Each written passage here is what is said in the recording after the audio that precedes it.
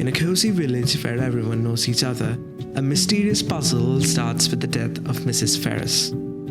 People say she took too much Veronal, but some think she might have ended her life out of guilt. There are rumors that she might have been involved in her husband's death.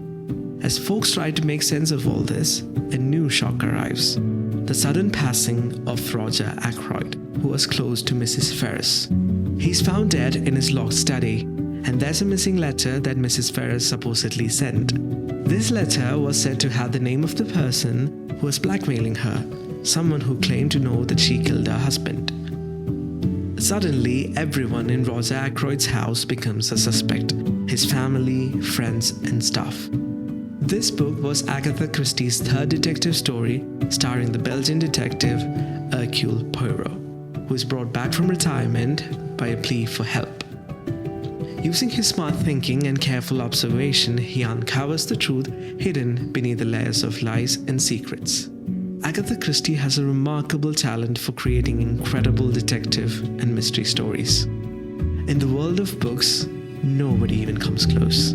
However, initially, not many people knew about her, but things changed when she published this book.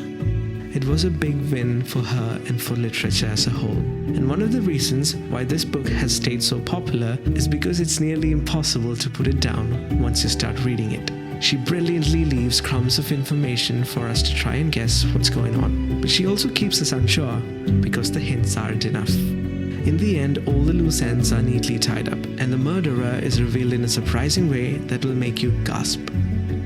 In a big reveal, Christie pulls off a really neat writing trick that you don't see often. Her writing isn't like a strict pattern, but it's simple and smooth. Her storytelling might seem basic, but it goes in different directions and all comes together in the end, making perfect mystery stories.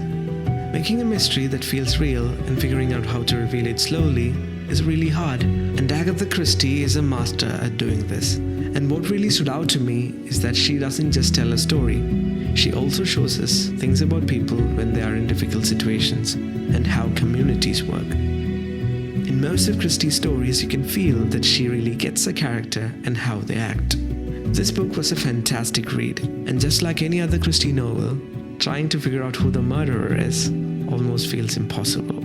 I don't want to spoil anything. The surprise at the end made this book famous, and I think it absolutely deserves to be called the greatest mystery book ever.